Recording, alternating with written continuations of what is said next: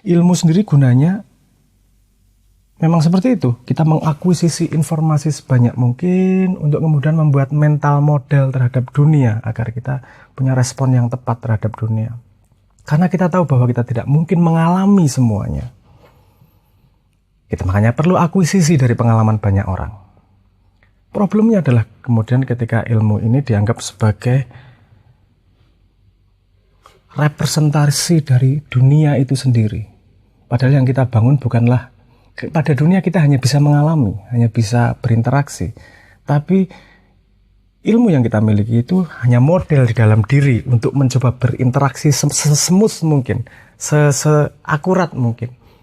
Misalnya kalau kita mau terjun ke sungai, mau mandi di sungai, itu kita pasti punya mental model yang punya pengalaman bahwa ini mungkin sungainya dalam, ini sungainya dangkal, sehingga saya berani terjun atau tidak. Itu berdasarkan ilmu model yang dimiliki dalam dirinya. Yang sama sekali tidak punya model itu akan terkejut dan mengalami shock.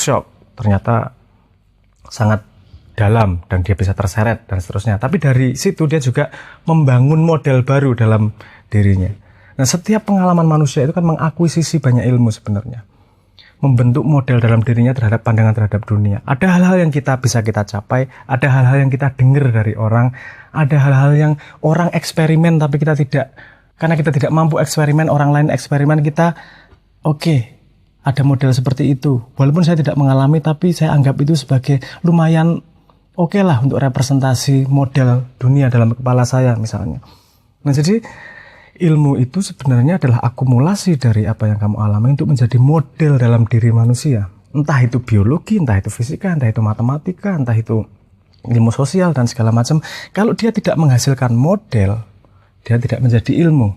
Kalau dia tidak membuatmu lebih siap menghadapi dunia, itu ya tidak menjadi ilmu. Yang jadi adalah copy paste. Dan ketika itu model itu ada, model itu kan sadar tidak sadar berkembang terus tuh. Karena pengalaman kita berkembang terus. Kita mengalami hal yang berbeda. Tidak pernah ada pengalaman sama dalam kehidupan manusia. Tidak pernah ada pengalaman yang sama dalam hidup manusia. Kalaupun sama persis, pasti waktunya berbeda. Jadi tidak ada satupun yang sama. Jadi pada setiap detik kita mengakuisisi terus dan membangun, tanpa sadar membangun model dunia dalam diri kita. Kemudian kalau definisi ilmu itu seperti itu, ilmu apa yang paling penting? Ketika ilmu itu adalah informasi membangun model, kemudian yang paling penting adalah ilmu untuk melihat model itu sendiri. Itu ilmu yang paling penting. Yang disebut kalau modern sebagai metakognitif. Kamu tidak hanya punya kesadaran, tapi kamu menyadari kesadaranmu. Jadi, kamu punya teori, kamu paham ini mungkin benar, ini salah. Tapi kamu juga melihat dari luar model itu bahwa mungkin modelku belum benar nih. Mungkin pemahamanku belum 100% akurat. Mungkin ketika aku belajar dari sana jadi lebih paham aku terhadap keadaan dunia dan seterusnya.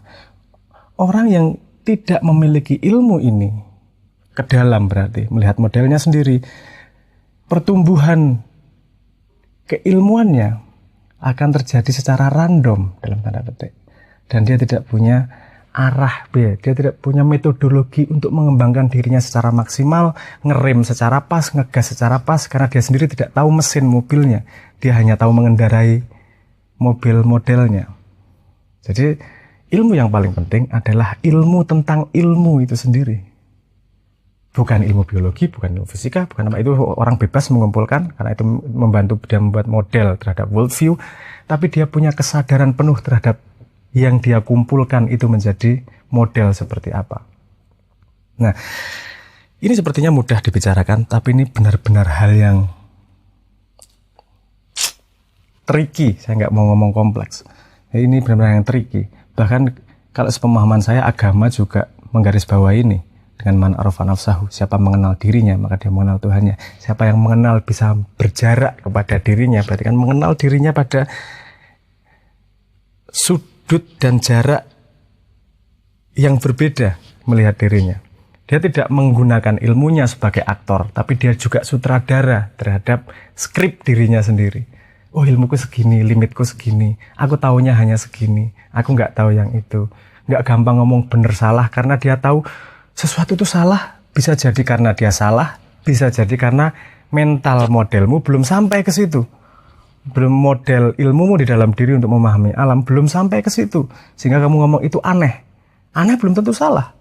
Kalau tidak ketemu masuk pada skemamu, bisa ada dua kejadian. Bisa kamu merevisi skemamu agar lebih besar. Bisa jadi memang itu perlu diignore. Ada beberapa pilihan tersebut. Ada ketika perdebatan, ada nyalah-nyalain, itu hanya dua kemungkinan kejadian. Satu, dia tahu yang kamu nggak tahu. Atau dua, kamu tahu yang dia nggak tahu. Gimana untuk mengetahui itu? Kalau kamu punya kesadaran penuh terhadap model dalam dirimu, skrip dalam dirimu yang dibangun oleh akuisisi ilmu dari kecil, baik dari pengalaman maupun dari buku maupun dari suara orang, dari nasihat dan seterusnya lah. Jangan lupa, ilmu itu nggak berdiri sendiri. Kalau dia ilmu tidak menjadi model kamu dalam kehidupan, itu bukan ilmu namanya. Ini namanya gudang pengetahuan. Gudang pengetahuan tidak membangun model. Padahal manusia itu dasarnya adalah bagaimana dia melaksanakan model tersebut. Orang tahu sambal pedas, perilakunya beda dengan orang punya model bahwa sambal itu pedas. Kalau orang cuma tahu sambal pedas, dia bisa dilat sambal tanpa tahu bahwa ini efek ke diri kayak seperti apa. Tapi kalau orang tahu mental modelnya bahwa sambal itu sepedas apa, dia akan punya respon yang tepat terhadap sambal, berapa sendok yang dia ambil dan seterusnya. Mungkin ini ada yang ngomong ruwet ya. Banyak sering ngomong ketika banyak komentar ngomong saya ruwet, saya bundet dan seterusnya. Tapi lagi-lagi memang pada skala apa mau memahami yang saya paksa suruh ngomong ini. Saya mencoba memaparkan dengan sefundamental mungkin model yang saya pahami, bahwa mungkin tidak dipahami oleh pendengar, sangat mungkin. Tapi kalau kamu sadar model dalam dirimu, mungkin ada sesuatu yang bisa diambil.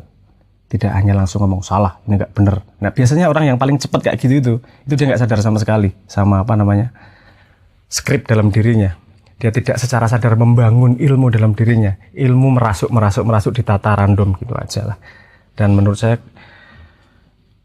pendidikan sekolah belum mengenalkan kita, pendidikan formal menurut saya belum mengenalkan kita kepada kedisiplinan metakognitif. Kita hanya disodori pengetahuan-pengetahuan yang ditata sedemikian rupa, tidak tahu di dalam diri muridnya seperti apa. Pokoknya disodori, tapi nyatanya gimana? Anaknya bisa nge-track sendiri nggak model itu seperti apa? Anaknya menggunakan ilmu itu sebagai filter pertama untuk menghadapi dunia atau enggak? Nah, padahal menurut saya itu amat sangat fundamental. Karena ilmu dan karena pengetahuan bisa berkembang terus. Dan kamu nggak mungkin bisa mengakuisisi semua ilmu di muka bumi. Tapi kamu sangat bisa mengontrol model metakognitif di dalam dirimu. Karena itu di dalam dirimu sendiri. Sehingga kamu outputnya bisa menjadi manusia yang produktif. Bisa menjadi manusia yang memberi kontribusi positif pada society. Karena pada akhirnya, sehebat apa pengetahuan, sehebat apa ilmu, tetap dites pada skala sosial. Kamu punya kontribusi positif atau tidak? Jawaban definitif tentang ilmu apa yang paling penting yang dimiliki manusia menurut saya adalah ilmu tentang ilmu dalam dirimu. Kamu tidak hanya menjadi aktor terhadap ilmumu, tapi kamu menjadi sutradara terhadap model ilmu dalam dirimu. Itu menurut saya ilmu yang paling penting untuk dipelajari.